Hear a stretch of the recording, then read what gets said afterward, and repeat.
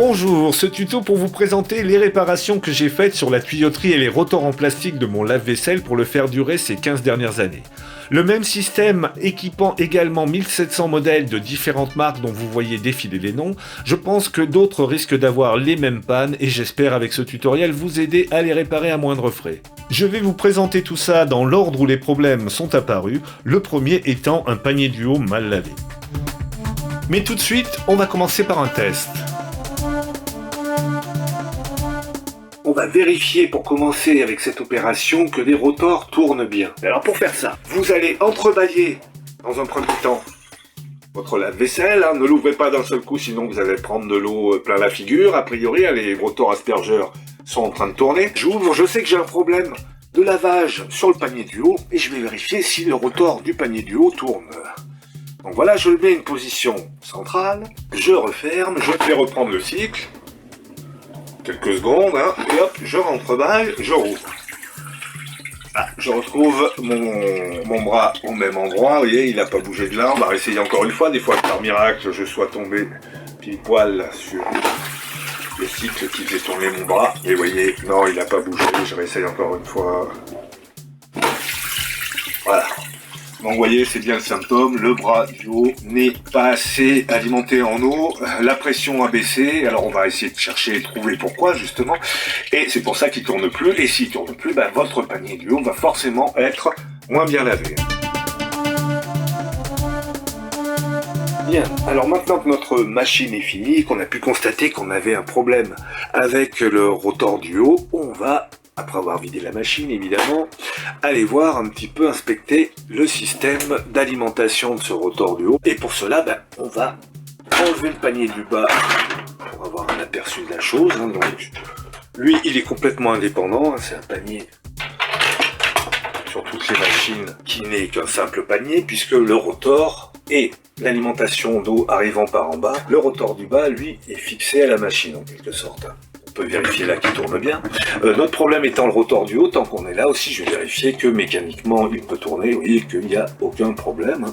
On va aussi les démonter. Alors vous faites un quart de tour de dévissage sur la grosse vis, l'espèce de gros écrou qui est en dessous, et puis là après vous allez pouvoir inspecter vos deux rotors pour voir s'il n'y a pas de particules. Pareil pour l'autre.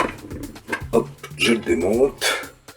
Je l'inspecte, tout va bien. Alors je vais enlever aussi le panier du haut. Pour cela, il va falloir démonter les taquets en plastique qui empêchent le rail en bout de course de sortir.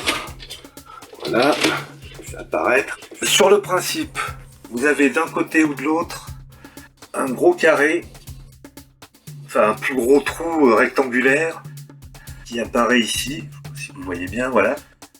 Ça, c'est en fait l'endroit où il y a un taquet qui rentre et qui coince vraiment le système. Et donc, ça veut dire qu'il faut le tirer par l'autre côté. Vous voyez, j'arrive à le faire d'une main, je tire vers le bas en même temps que j'écarte.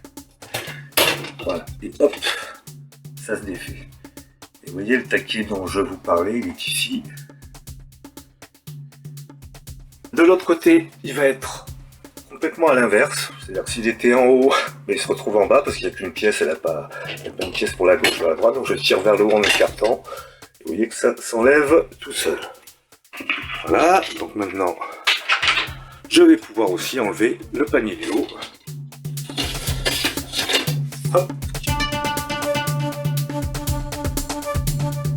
Bon, retour à l'intérieur, et donc on va examiner le cheminement du tuyau d'alimentation du panier du haut. Et en fait, ce tuyau, c'est ce double tuyau que vous voyez là qui fait un U en fait, puisqu'il va se coller au fond de la paroi, il remonte, là il y a les doubles sorties qui permettent d'alimenter le panier s'il est en position haute ou en bas, et il continue aussi pour alimenter une douchette qui se trouve tout en haut, et qui elle est alimentée par un mini tuyau qui est sur la droite, alors que les deux sorties là sont alimentées par un tuyau plus gros qui est sur la gauche. En fait, ce qui se passe, c'est qu'avec la pression, le tuyau se déclipse.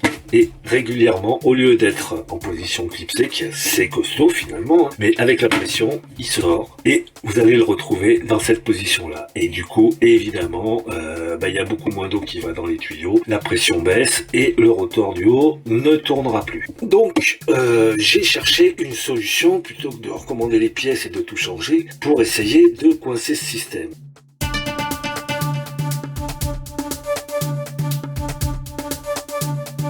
Donc on a une pièce en dessous en plastique dans laquelle on va pouvoir venir s'accrocher.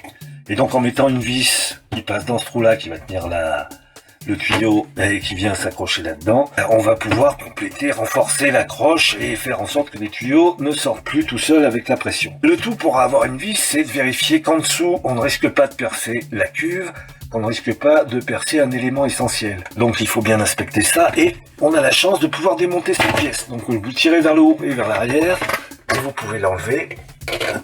Et surtout on va pouvoir regarder ce qu'il y a derrière. Bon ben derrière c'est cette partie là, vous voyez il y a la cuve. Et puis il y a surtout l'avantage, c'est qu'on a un décroché qui va nous permettre de pouvoir faire ressortir la vis sans toucher à rien. Donc pour ça, je la remets encore une fois en place. Hein, hop.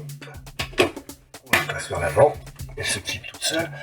Alors ce qu'il faut vérifier, c'est donc de faire en gros un marquage avant de percer, de manière à ce que le trou se trouve à l'aplomb du décroché. On sait en passant le doigt, hein, en dessous, là derrière, je me rends compte qu'il y a au moins 2 ou 3 mm, donc ça va être impeccable. Et d'ailleurs, je l'ai fait en 2 fois, là, à l'origine, j'avais percé trop près du bord. Hein. Donc là, voici le trou dans lequel on va venir s'accrocher. Après, en faisant une petite mesure entre le bord des tuyaux et l'entraxe du trou, vous pouvez reporter ça sur le tuyau principal ou le bord extérieur, etc. pour savoir à peu près où percer. Pour ce qui est du perçage de ce petit trou, il faut faire ça avec une mèche de 2 mm. Tout ça pour s'adapter à la vis qu'il faut, qui est une vis de 4,45. En langage vis, c'est du 4,45, 45 mm de long. C'est l'important, hein. Il faut que la vis fasse 4 cm et demi pile poil. C'est la bonne taille pour qu'elle dépasse juste ce qu'il faut. Bref, qu'elle soit pas trop longue ou pas trop courte. Donc, une fois qu'on a fait cet avant-trou, alors évidemment, vous allez pouvoir le faire en démontant la pièce et en la perçant à l'extérieur tranquillement. Hein. Après, mettez la vis dedans et faites-la passer une fois, vissez-la une fois. Et puis, vous remettez la pièce comme je l'ai fait là. Après, on va mettre la vis en place.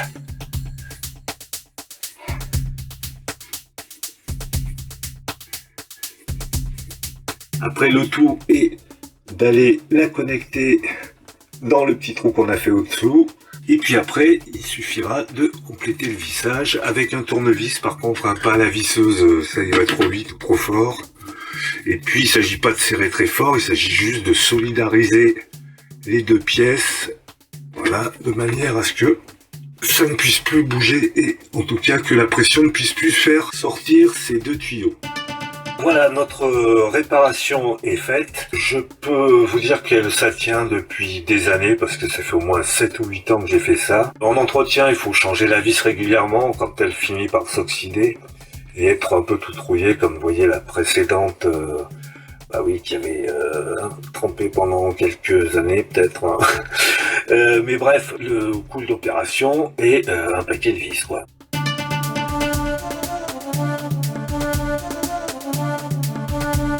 Le problème suivant que j'ai eu avec ce lave-vaisselle d'un seul coup, c'était le panier du bas qui était mal lavé. Ce qui s'est passé, en fait, c'est que le rotor du bas, au fil du temps, a pris beaucoup de jeu. Alors, ça n'empêche pas de tourner avec la pression, mais ce jeu-là a fait que très souvent, il se coinçait dans le panier du bas, qui faisait qu'il ne tournait plus et que, du coup, la vaisselle était mal lavée.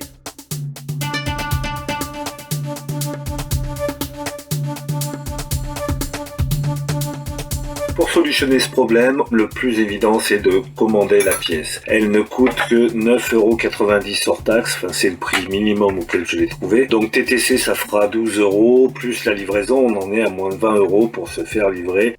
Ce bras de lavage inférieur, hein, c'est le nom sous lequel vous trouverez la référence de cette pièce. Et donc une fois reçu, on ira la remettre en place, un petit quart de tour vers la droite. Et ça sera reparti pour quelques années. Alors, une solution que je vous propose pour continuer à utiliser votre machine en attendant de recevoir la pièce de rechange, ça va être de surélever le panier du bas. Alors pour cela, on va venir introduire des cales sur, vous voyez, ce petit rebord sur lesquels viennent les roulettes. Et en tant que cale, pas chère, gratuite et totalement imputrescible, nous allons utiliser des baguettes chinoises. Alors si vous pouvez trouver le modèle avec la petite partie plate, là comme vous voyez là, ça sera parfait. On va les disposer Alors la pointe vers le fond, tac, on fait glisser jusqu'à ce que ça se cale, voilà.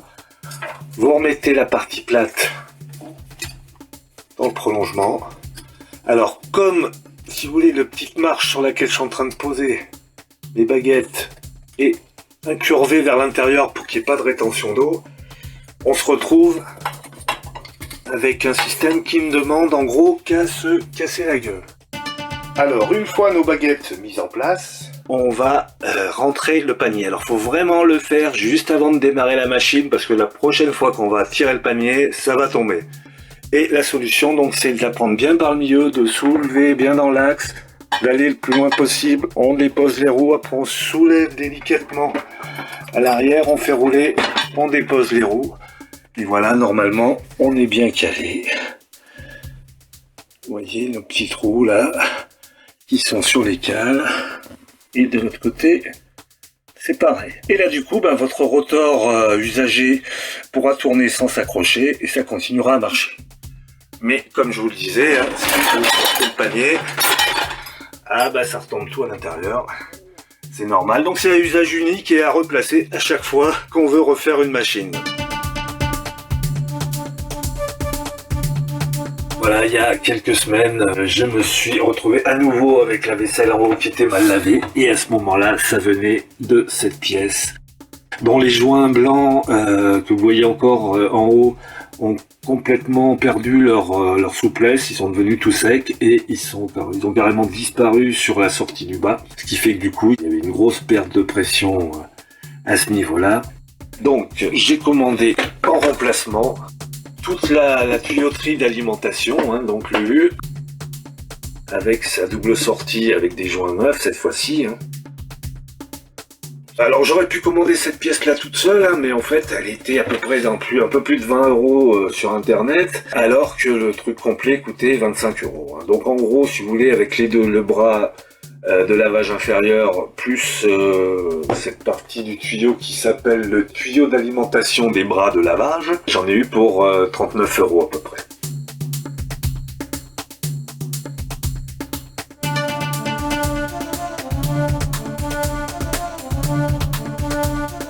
Pour changer le tuyau d'alimentation des bras de lavage, on va commencer par sortir le tuyau donc qui est clipsé. En ayant enlevé la vis si vous aviez fait le système. Voilà, après le tuyau éclipsé de chaque côté de la double sortie avec donc un système que vous allez pouvoir écarter, voilà. Hop. Il suffit de faire un côté, après normalement l'autre suit. Non, bon d'accord. J'ai un petit coup aussi là. Voilà. Le système est sorti et par contre il est tenu et vissé au-dessus, et c'est là où il faut accéder au-dessus du lave-vaisselle, et ce qui va nous obliger à le sortir de son logement pour démonter le plateau du dessus. Pour enlever le capot, il faut savoir qu'il va falloir le faire glisser vers l'avant, et pour empêcher justement ce glissement, de chaque côté on va avoir deux systèmes qui sont là, vous voyez cette pièce là en fait, qu'on va tourner vers l'intérieur, clac. Ah, je vais faire pareil de l'autre côté, je tourne vers l'intérieur. Alors risquez d'être obligé de taper un petit coup pour que ça finisse par se décoincer, et après vous allez pouvoir soulever le capot. Voilà, hop. En fait, le système qui va venir visser le haut de notre tuyau de remplacement se trouve là-dessous au milieu. Donc pour y accéder, il faudrait, dans les règles de l'art, je dirais, démonter ce panneau avec des vis Torx, faire glisser ça pour accéder au truc, mais je vous conseille de faire un truc beaucoup plus simple. Vous allez prendre un cutter, alors vous repérez bien l'endroit où se trouve, vous le sentez au travers, le système de vissage, en gros, et vous découpez autour assez largement une ouverture que vous pourrez reboucher très simplement. Et voilà, on accède à l'écrou quart de tour. Après avoir dévissé cet écrou, on va pouvoir donc déposer notre ancien tube et on va mettre le nouveau en place. On va commencer par plancher en bas, après on centre Voilà, au-dessus. Et on le laisse bien encliquer, voilà, c'est fait. Et puis il ne nous restera plus qu'à sortir par le petit trou notre bouchette du haut, on va dire, hein, et à l'accrocher derrière avec le quart de tour. Notre tube est fixé par le dessus, on va pouvoir refermer le capot, l'opération est terminée.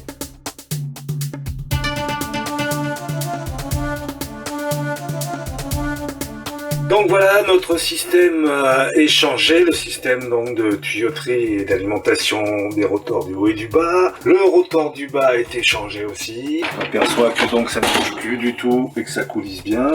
On va remettre aussi le panier du haut. Alors le panier du haut, il va falloir remettre les petits taquets sur le côté. Donc là, petit bitonio est en bas.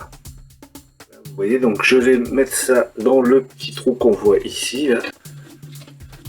On le met juste en face. Et puis après, il suffit de pousser en écartant un petit peu. Voilà. Clac. On a fait pareil de l'autre côté. Et donc, la machine est prête à refonctionner.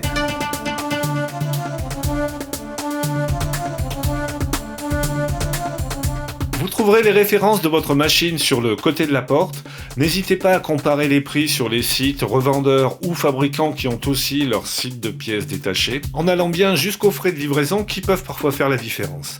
Voilà, sur ce, je vous laisse en vous souhaitant un bon bricolage et de la belle vaisselle toute propre. À bientôt!